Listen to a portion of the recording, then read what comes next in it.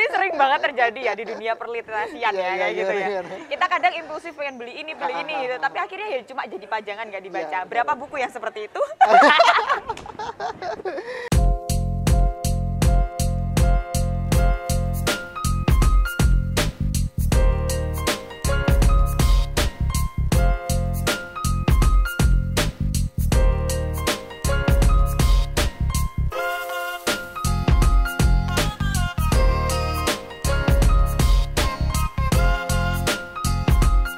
Pada akhirnya sampai jadi moderator hari ini. Iya. Bagaimana itu? Mengarahkan setirnya,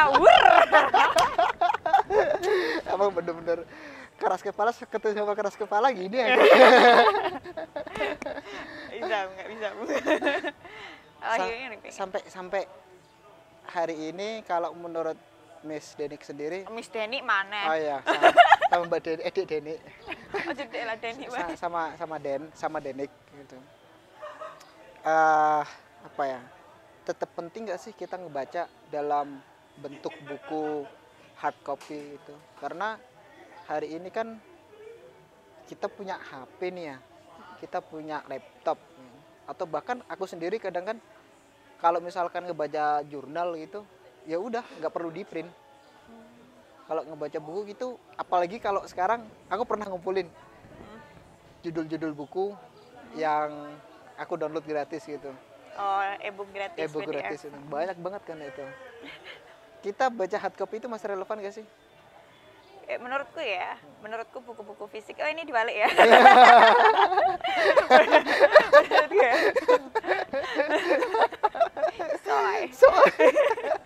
Artinya buku fisik itu kayak petilasan bagi kita ya. Ibaratnya kayak warisan lah buat anak-anak kita. Meskipun yang soft copy pun juga masih bisa diwariskan kayak gitu loh. Cuma beda hal ketika hard copy itu sendiri. Kalau hard copy kan motoriknya lebih berasa kayak gitu loh. Rasa dari tangannya, penciumannya dan lain sebagainya itu berbeda sama soft copy ini tadi. Kalau bagi aku pribadi emang bisa dialihkan ke soft copy. Bahkan aku juga download beberapa buku yang sekiranya mahal untuk hard copy-nya kayak gitu. Kadang juga pakainya e-book karena perbandingan harganya itu sekitar 20-30 ribu kayak gitu. Lumayan kan? Tapi banyak distract-nya. Kayak pengen ngebuka yang lain kayak gitu, keluar notif apa gitu, pengen buka rasanya. Padahal juga bisa kita sendirikan kayak gitu kan ya. Nggak ada masalah sih untuk gimana cara membacanya itu nggak ada masalah. Cuma kayak apa ya? Ya itu tadi loh, nggak bisa dirasakan, nggak bisa dicium, kayak gitu nggak bisa dipandang. Aroma buku ki bener-bener nikmat banget loh, bener-bener nikmat banget gitu. Apalagi buku baru gitu kan ya. Buku lama pun meskipun penguk gitu ya, baunya khas gitu loh, beda banget gitu sama yang lainnya gitu. Kalau menurutku gitu sih, ibaratnya kayak warisan buat anak-anak kita, anak-anak cucu kita nanti ya gitu. Terus sama dipandang itu nyaman banget gitu loh.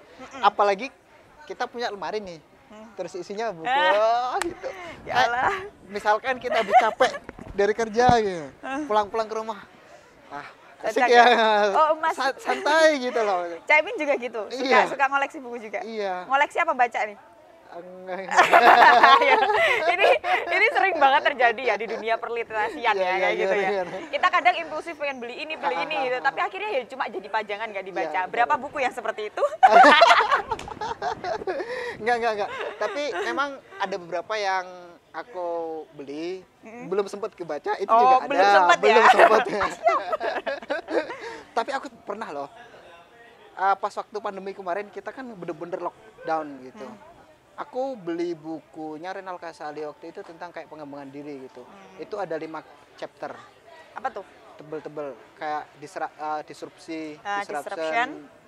Pokoknya 5 itu, lupa aku. Itu Tomorrow is the Day, baca nggak? Driving, self-driving. Tomorrow is the Day. Itu aku baca semua. Itu ada 4, kalau nggak 5 chapter kan.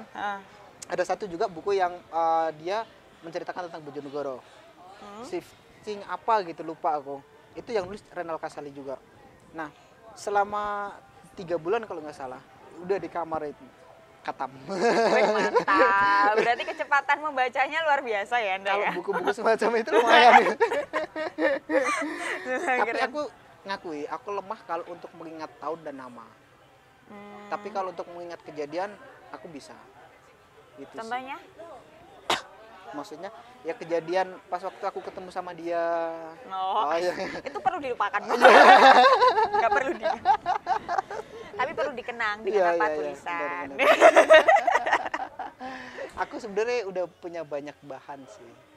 Tapi sekarang kan emang rencananya mau berguru sama Denik. Buat apa? Buat tulisan yang bagus-bagus sekali aja nanti kan jadi sesuatu yang berguna. Amin ya Allah. Oh, nggak tahu sih kadar bagusnya sebuah tulisan itu kayak apa. Kalau menurut Mas Caipin gimana? Kadar bagusnya sebuah tulisan itu kayak apa sih? Kalau menurut seleranya Caipin ya? Ketika ada sisi kemanusiaan di situ.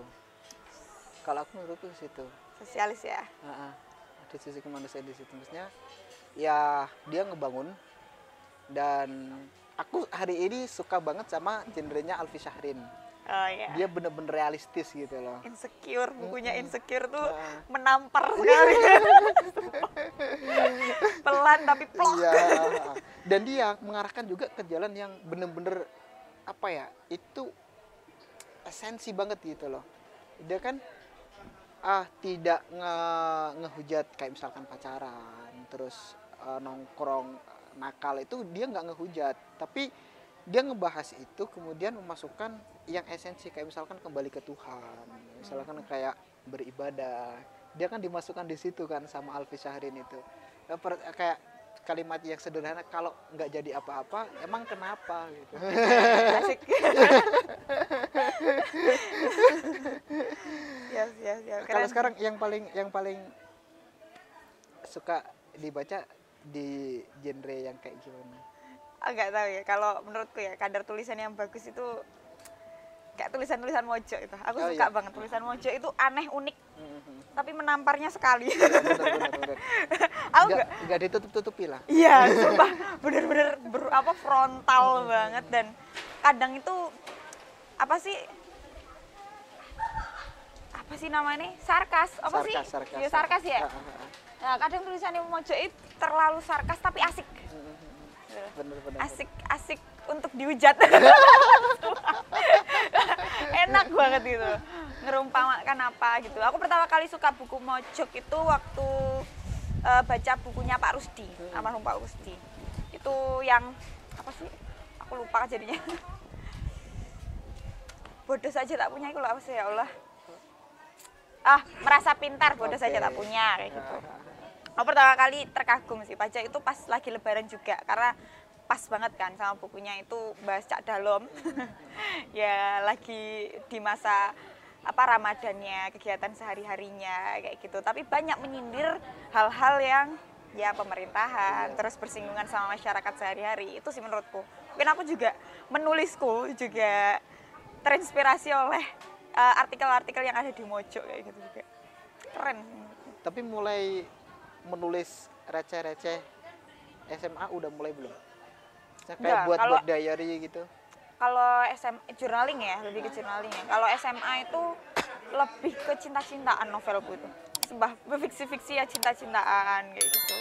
Dear Allah, dulu ya Allah aku masih inget bacaan-bacaanku itu Dear Allah gitu, yang membahas tentang perbucinan lah, meskipun nggak pacaran ya maksudnya.